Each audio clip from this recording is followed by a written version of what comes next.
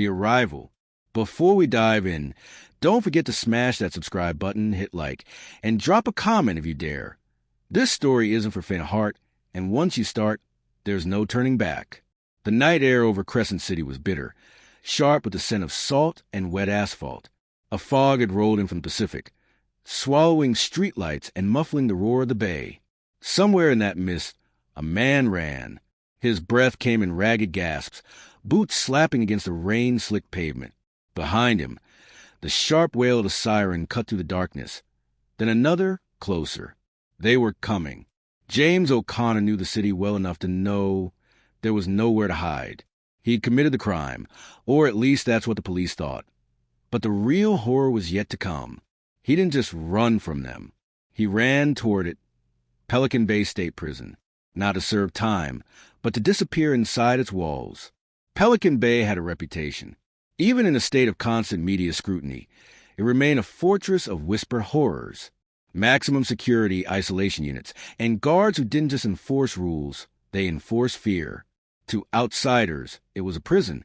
To insiders, it was a machine designed to dismantle the human mind. And tonight, James was walking right into its heart. Inside the facility, the fluorescent lights buzzed over rows of concrete blocks and steel fences topped with razor wire. The sound of locks clanging echoed like a drumbeat in the night. Every corridor smelled of bleach and despair, a sterile veneer over years of human suffering. And then there were the cells, small, windowless boxes where men spent 22 hours a day staring at walls, listening to the echo of their own thoughts, and sometimes the whispers of something darker. Detective Lauren Pierce had been tracking James for weeks. She wasn't a rookie. Her gut told her there was more at play than a simple robbery gone wrong. The reports from Pelican Bay hinted at irregularities, prisoners disappearing, guards turning blind eyes, secret surveillance, and internal investigations that mysteriously fizzled out. Something about the place was wrong. And James O'Connor, a man with no history of violence, had vanished into it. Lauren arrived at the gates at 2:17 a.m., just as a solitary guard let a transport vehicle through. The vehicle wasn't marked. Its windows were darkened. Inside, James's silhouette could just be made out. He wasn't restrained the way a normal inmate would be. He was escorted, but not by police. Someone inside the prison had made sure he entered quietly, without record, without witnesses. Why would they hide him? Lauren muttered, her voice swallowed by the night. She scribbled notes into her pad, the ink smudged from the rain. Who would benefit from keeping him here? Meanwhile, inside his new cell, James was trying to adjust. The walls were thick concrete, the ceiling low, and the fluorescent lights flickered at odd intervals. There was a bunk, a toilet, and a sink, but no window. No clock. Time didn't exist here. He could feel it in his bones. Pelican Bay wasn't a place where men came to serve their sentences. It was where men were broken, piece by piece. Then, at exactly 3:02 a.m., something unusual happened. The intercom crackled, and a distorted voice spoke a single line. "You're not here by accident." James froze. His mind raced. He hadn't heard that voice before, but he knew it. Somewhere in the depths of the prison, someone was watching, waiting, pulling strings he couldn't see. It was no longer a matter of hiding from the law. It was a matter of surviving something far more insidious. Lauren's investigation led her to the prison warden's office the next morning. The man behind the desk was calm, almost too calm, with an unsettling smile. He spoke in clipped sentences, each word measured. "Yes, Mr. O'Connor is here," the warden said, leaning back. "But I'm afraid I cannot discuss his placement. It's for his protection." Lauren didn't like the answer. Not one bit. She pressed, and the warden's eyes flicked to the corner of the room, as if someone or something was listening. Back in his cell, James scribbled names on the walls with a pencil stub. Names he didn't know yet, voices he had not heard, but that now haunted his thoughts.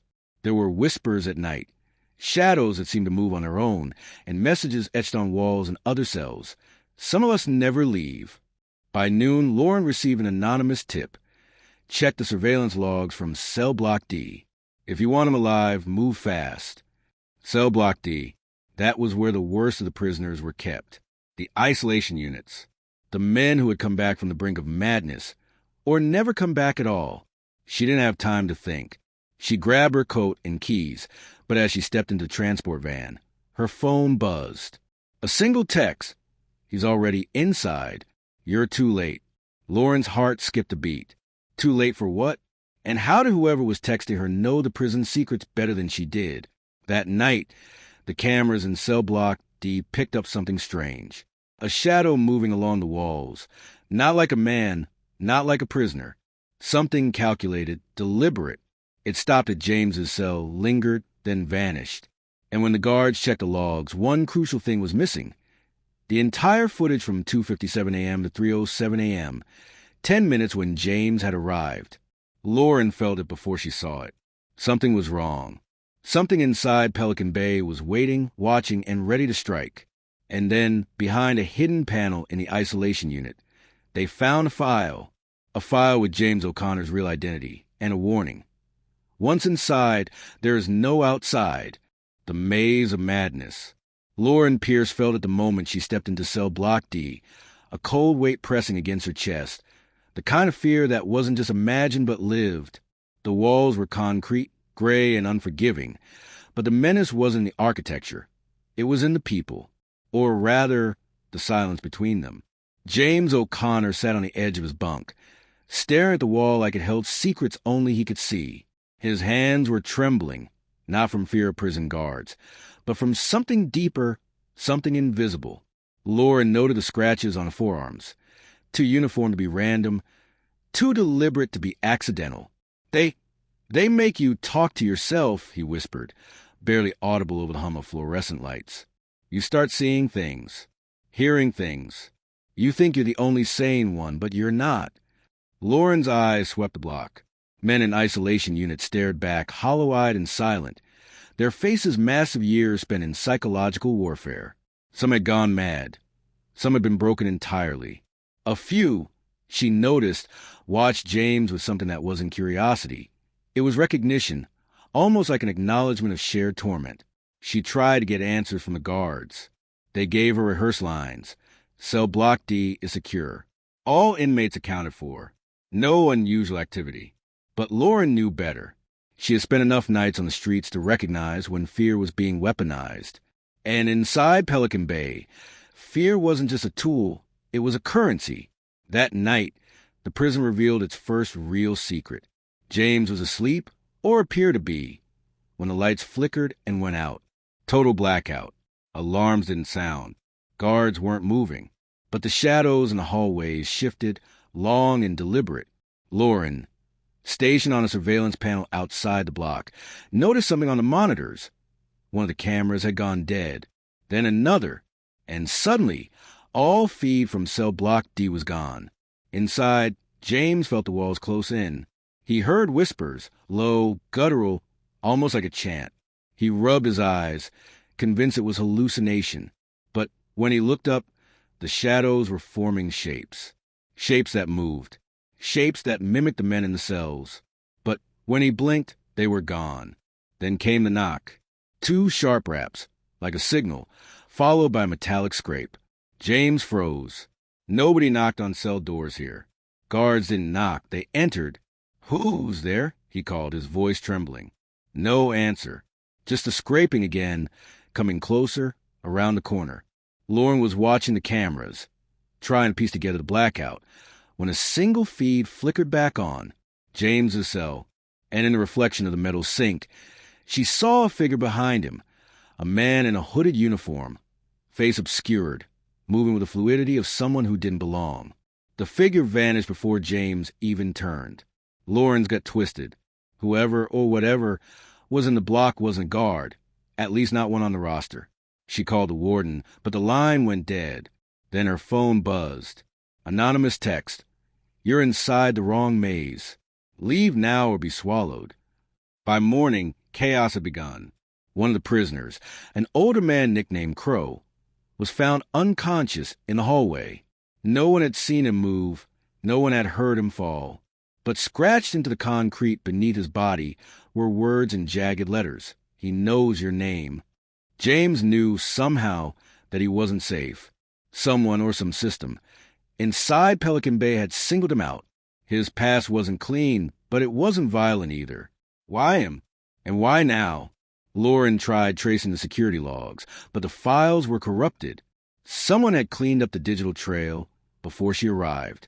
Every attempt to track movements, every timestamp led to a dead end.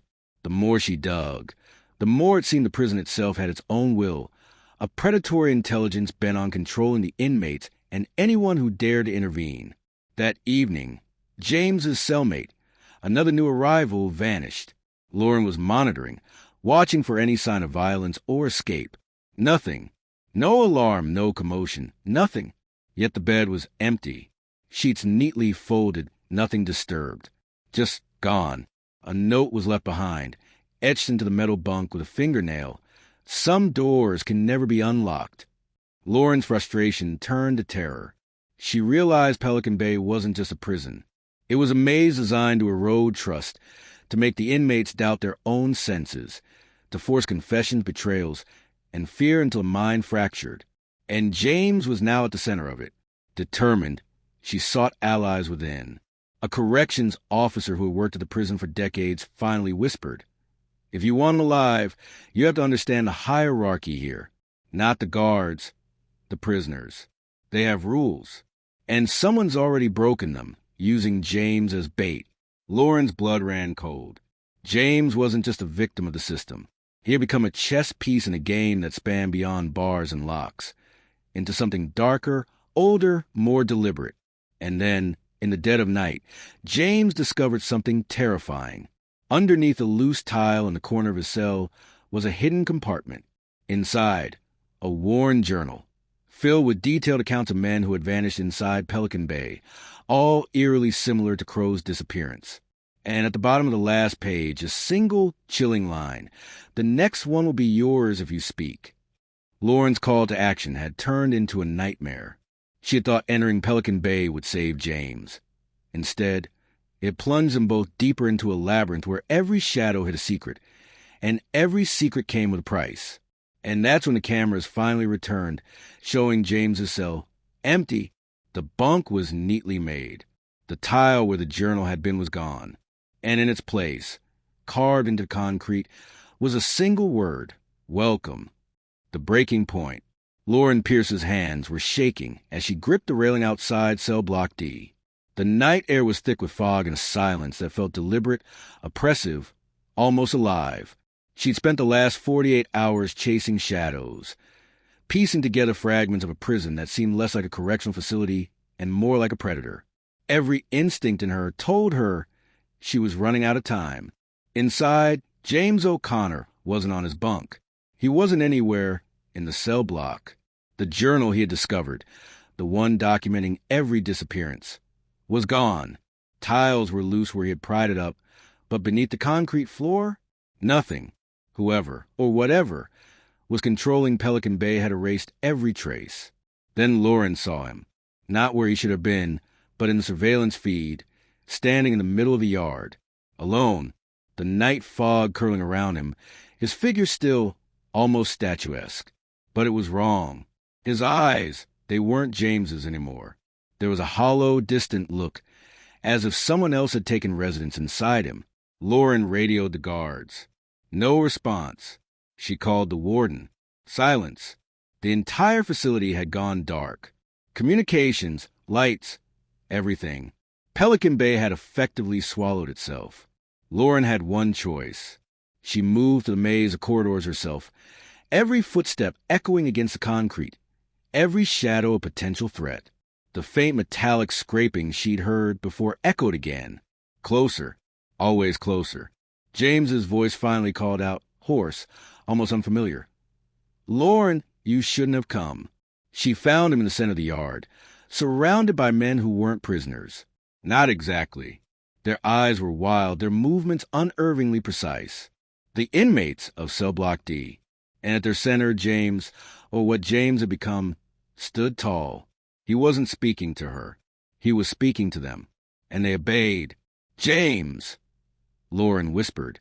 Try to reach the man she knew was still there, buried somewhere beneath the fractured psyche. But he didn't respond. A sudden scream shattered the night. One of the figures lunged at the chain-link fence, then froze mid-step. Another collapsed, thrashing violently before falling silent. It was like watching a nightmare unfold in slow motion. Every man she had seen in the isolation units, the ones who had disappeared, were here but broken, controlled, like puppets. Lauren realized a horrifying truth. Pelican Bay didn't just break men. It rewrote them. The warden, the guards, the system itself. It wasn't a prison in the conventional sense. It was an experiment, and James had been its centerpiece. She lunged forward, tried to reach him, but a metallic clang stopped her. The yard's gate slammed shut, trapping her outside, while James remained inside the twisted circle of the converted inmates. He raised his hand, slowly, almost ceremoniously. The men around him mirrored the gesture. Then, something she never expected, James spoke. His voice, layered, almost inhuman, said a single line. They tried to hide the truth. But now we are the truth. Lauren's mind raced. She had to act. She ran toward the emergency lock override, her fingers fumbling with the frozen keypad. Behind her, a shadow moved, faster than any man should move. She turned. No one, yet a whisper curled around her ear. Leave now, or become one of us. The override beeped, gates slowly creaking open. She sprinted into the yard. The men around James surged toward her, not violently, but deliberately. An invisible threshold. It seemed that they obeyed. James's eyes met hers for the briefest moment. Confusion. Recognition. A flicker of the man she once knew. And then it happened. James screamed, piercing, guttural, and the men collapsed, writhing as if their bodies were being reset. The yard was silent. Lauren stumbled forward and grabbed him. He was trembling, soaked in sweat, eyes wide but finally his own. "We have to get out," she said, dragging him toward the outer perimeter. They burst through the main gates just as the fog began to lift. Emergency lights blinked back to life, alarms screaming, and guards flooded the area, bewildered. But when Lauren looked back, the yard was empty. Cell block D gone. The entire isolation unit seemed to have disappeared, swallowed by the fog and shadows. In the weeks that followed, Lauren tried to piece together what had happened. Officially, the prison reported James as a voluntary transfer to a low-security facility. Records of the isolation units were mysteriously expunged. No one had disappeared, officially, and yet Lauren knew the truth. Pelican Bay wasn't just a prison. It was a mechanism designed to manipulate fear, to push men past the edge, to create a hierarchy not of criminals, but of control. James never spoke of what happened inside the block. Some nights, Lauren would find him staring at walls, murmuring fragments, names, whispers, warnings. She realized that survival didn't mean escape. It meant carrying the memory of what Pelican Bay could do, and hoping it never found a new subject. 3 months later, Lauren received a photograph in the mail. No return address. A black and white snapshot of a yard, fog curling like smoke, a single figure standing in the center. Not James, but someone else. And carved into the concrete beneath them, the same chilling word. Welcome. Pelican Bay had a new arrival.